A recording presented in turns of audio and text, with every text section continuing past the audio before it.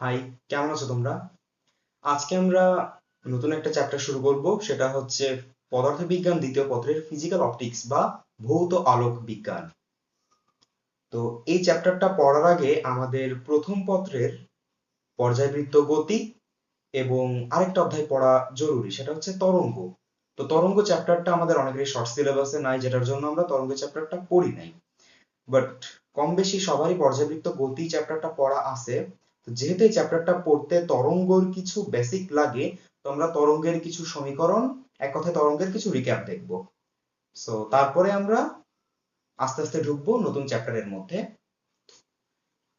তো প্রথমে আমরা তরঙ্গটা একটু রিক্যাপ করব, যে তরঙ্গ জিনিসটা কি। তো তরঙ্গ তো আমরা সবাই চিনি যে একটা ওয়েভ, বা আমরা ছোট্টবেলায় যখন তরঙ্গ নামটা প্রথম শুনছি আমাদেরকে চেনানো হয়েছে যে একটা ঢেউ বলে। আমাদের প্রথমে একটা ইমাজিনেশন দেওয়া হয়েছে যে ঢেউ যেরকম যায় একটা তরঙ্গ সেম সেরকম যায়। তো তারপরে যখন আমরা আস্তে আস্তে আরো উপরের ক্লাসে উঠছি, আমরা বিস্তারিতভাবে জানতে পারছি যে একটা তরঙ্গ এটা শব্দের মধ্যে থাকে। আমরা যে কম বেশি সবার বাসায় আমাদের ইন্টারনেট আছে, ব্রডব্যান্ড ইন্টারনেট আছে, তো ওয়াইফাই কানেকশনটা কিভাবে আসে, এটা একটা তরঙ্গের মাধ্যমেই আসে। আমরা যে ফোনে কথা বলি আমাদের কথাগুলো কিভাবে পৌঁছায়, তরঙ্গের মাধ্যমে। আমরা যখন হোয়াটসঅ্যাপে চ্যাট করি আমাদের কথাগুলো কিভাবে পৌঁছায়, এই তরঙ্গের মাধ্যমেই। সো এই তরঙ্গ জিনিসটা নিয়ে বেশি একটা কিছু বলবো না, কারণ আমরা কম বেশি সবাই চিনি তরঙ্গটাকে। তো আমরা প্রথম পত্রের পর্যাবৃত্ত গতিতে একটা জিনিসের নাম শুনছি, সেটা হচ্ছে সিম্পল হারমোনিক মোশন বা সরল ছন্দিত গতি। তো এটার একটা সমীকরণ আছে, এটা আমরা কম বেশি সবাই জানি। আর যদি নাও জেনে থাকি, তো আজকের ক্লাসটা জাস্ট রিক্যাপের উপরেই আশা করি আমরা এটা জেনে যাব। তো প্রথমে আমরা টাইটেল দিই যে কণার সিম্পল হারমোনিক মোশনের সমীকরণ। আমার বোর্ডটা একটু ছোট, বাট তোমরা অ্যাডজাস্ট করে নিও। কণার সিম্পল হারমোনিক মোশন এর সমীকরণ।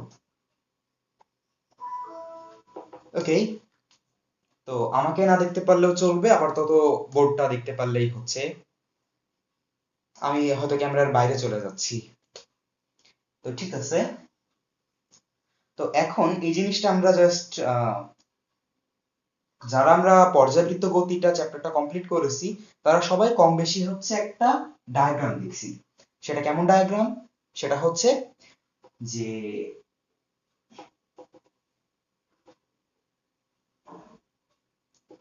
এখানে একটা বৃত্ত আছে। তো এই যে বৃত্তটা, এটা হচ্ছে ঘুরতেছে, এটা ওমেগা। এন্ড এখান থেকে যে ঘুরতেছে এই প্রত্যেকটা কণা যখন আপ ডাউন করতেছে, এগুলো যদি আমরা হচ্ছে একটা 2D শেপে দেখি বা একটা রেখাতে দেখি, তো তখন কি দেখা যাবে যে এই যে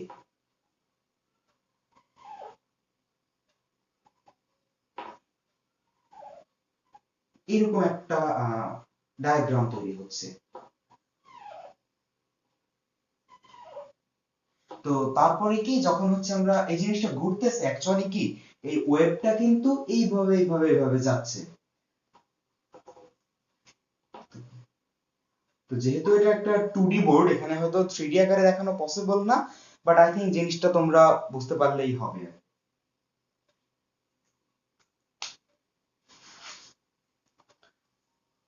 তো এই জিনিসটা সম্পর্কে বিস্তারিত আমরা জেনে আসছি, আজকে খুব একটা বেশি কথা বলবো না, বাট আমরা বিস্তারিত জেনে আসছি পর্যাবৃত্ত গতিতে।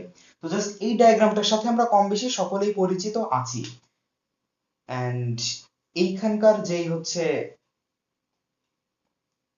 দূরত্ব, এটাই হচ্ছে সেই বিস্তার। তো এখন এই যে প্রথম কণাটা, এটা ধরি যে y সমান সমান y তে আছে, এন্ড যে মিডিলে যেটা আছে সেটা y সমান সমান 0 তে আছে। এরকম কোন কণা হচ্ছে উপরে উঠতেছে, কোনটা নিচে নামতেছে। তো এই জায়গা থেকে আমরা একটা সমীকরণ পাই, তাই না? এটা কিন্তু আমরা পর্যাবৃত্ত গতিতে দেখে আসছি, পিরিয়ডিক মোশনে এই জিনিসগুলো আমরা খুব ডিটেইলসলি করছি, যাদের পিরিয়ডিক মোশন চ্যাপ্টারটা করে নেই আমি রিকোয়েস্ট করব যে ভৌত আলোক বিজ্ঞান করার আগে তরঙ্গটা না পড়া থাক, অন্তত পর্যাবৃত্ত গতিটা যাতে পড়া থাক, যাতে আমরা সমীকরণগুলোর সাথে পরিচিত হতে পারি। তো এখান থেকে আমরা যেই সমীকরণটা পাই সেটা হচ্ছে y সমান সমান a sin omega t। Okay, so এখান থেকে আমরা পাই যে a sin ওমেগা t। তো আই থিংক এতটুকু আমরা সবাই জানি, বাট তারপরও এই সমীকরণটা এই অধ্যায়ে বেশ অনেকবার লাগবে, যার জন্য আমি এই তরঙ্গটা আরেকবার একটু রিক্যাপ করে দিলাম।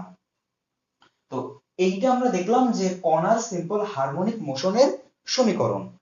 তো কোনটা কণার সিম্পল হারমোনিক মোশনের সমীকরণ? সেটা হচ্ছে এইটা। ওকে, ঠিক আছে।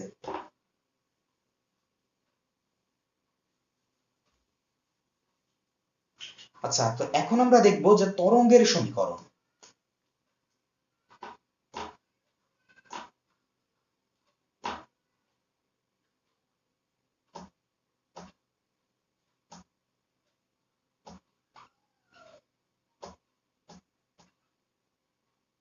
এতক্ষণ আমরা দেখলাম যে কণার সিম্পল হারমোনিক মোশন এর সমীকরণ। সো এখন আমরা দেখব যে তরঙ্গের সমীকরণ এই জিনিসটা কি। তো এই জিনিসটা হচ্ছে,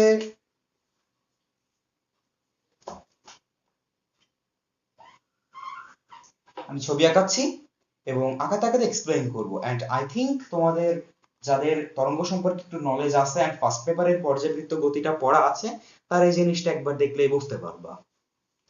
তো আমরা কি জানি যে এরকম একটা তরঙ্গ যাচ্ছে, তো তরঙ্গের বিস্তার তো আশা করি আমরা সবাই কম বেশি চিনি। এটা হচ্ছে বিস্তার। বিস্তারকে আমরা ছোট হাতের এ বা বড় হাতের এ এরকম বিভিন্ন কিছু বলে থাকতে পারি। এন্ড দেন এই সাইডে যে তরঙ্গটা যাচ্ছে, যে তরঙ্গটা এভাবে যাচ্ছে, এটা হচ্ছে সঞ্চালনের দিক।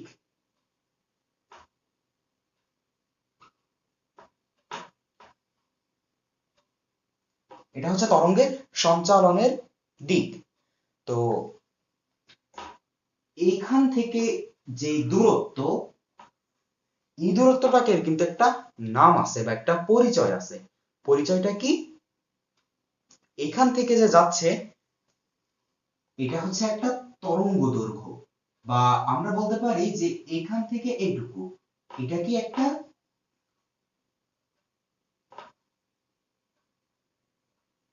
তরঙ্গ দৈর্ঘ্য। তো কণাটা যেখান থেকে শুরু হয়েছে এটা আমরা উৎস বিন্দু বিবেচনা করতে পারি। যে সাপোজ ধরে নিলাম যে এটা একটা উৎস, আর এটা তো তরঙ্গ বিস্তার।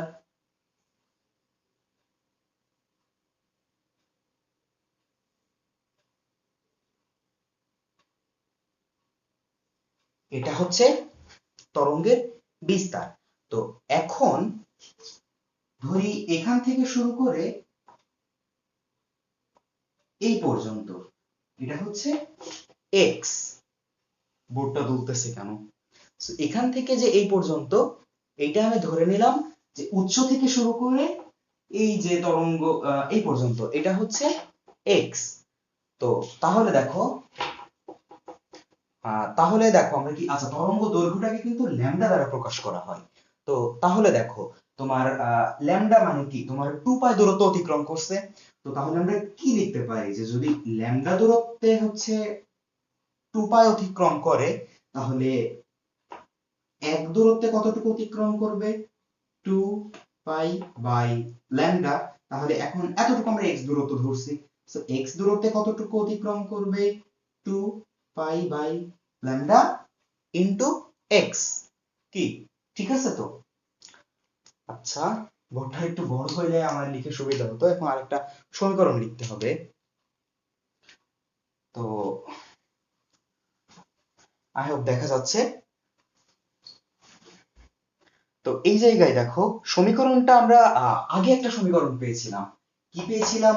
আগে একটা সমীকরণ পেয়েছিলাম যে y সমান সমান a সাইন ওমেগা টি। কি এটা হচ্ছে আমরা সিম্পল হারমোনিক মোশনের কণার সমীকরণে পেয়েছিলাম। তো এইবার তাহলে দেখো এই সমীকরণের সাথে যদি আমরা তুলনা করি তাহলে কি তরঙ্গের একটা সমীকরণ পাচ্ছি। তো তরঙ্গের সমীকরণটা কি হতে পারে, সেটা হচ্ছে y সমান সমান a সাইন, তো এইখানে দেখো ওমেগা টি কিন্তু হবে না, শুধু ওমেগা টি হবে না, ওমেগা টি মাইনাস এতটুকু। বোর্ডটা একটু ছোট এই জন্য আমাকে নিচে বসে লিখতে হচ্ছে, সো আমাকে দেখতে না পারলেও চলবে, লেখাটা দেখলেই হলো। তো এই যে কণাটা যে এইদিকে যাচ্ছে, কণাটা যে এতটুকু দূরত্ব অতিক্রম করতেছে, তো এই জন্য এই জায়গায় আমরা মাইনাস করছি, অর্থাৎ এক কথায় বলতে গেলে যে কণাটার সঞ্চালনের দিক যেহেতু এক্স অক্ষের ধনাত্মক দিক, কণাটার সঞ্চালনের দিক কত, এক্স অক্ষের ধনাত্মক দিক। তো যার জন্য আমরা সূত্র হিসেবে বা সমীকরণ এটা বলতে পারি। এখন যদি এরকম হতো যে কণাটা যাচ্ছে এক্স অক্ষের ঋণাত্মক দিকে,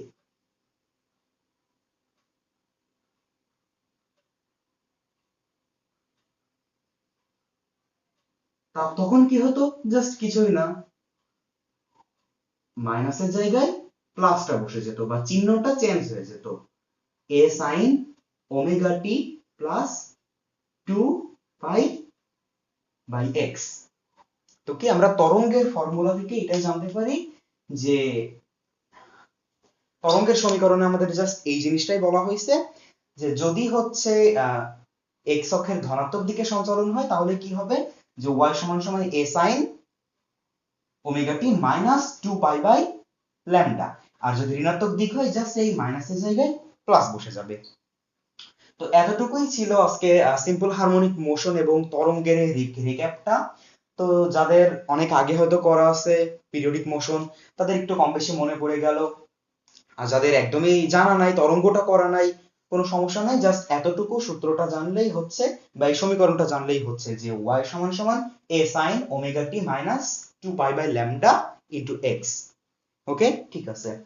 তো আজকের ক্লাসটা এই পর্যন্তই।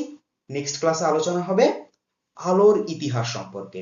সো নেক্সট ক্লাসটা খুবই ছোট হবে, জাস্ট আমরা ইতিহাসটা জানবো যে কোন কোন বিজ্ঞানীদের অবদান আছে, তা কোন কারা কাজ করছেন এটার জন্য।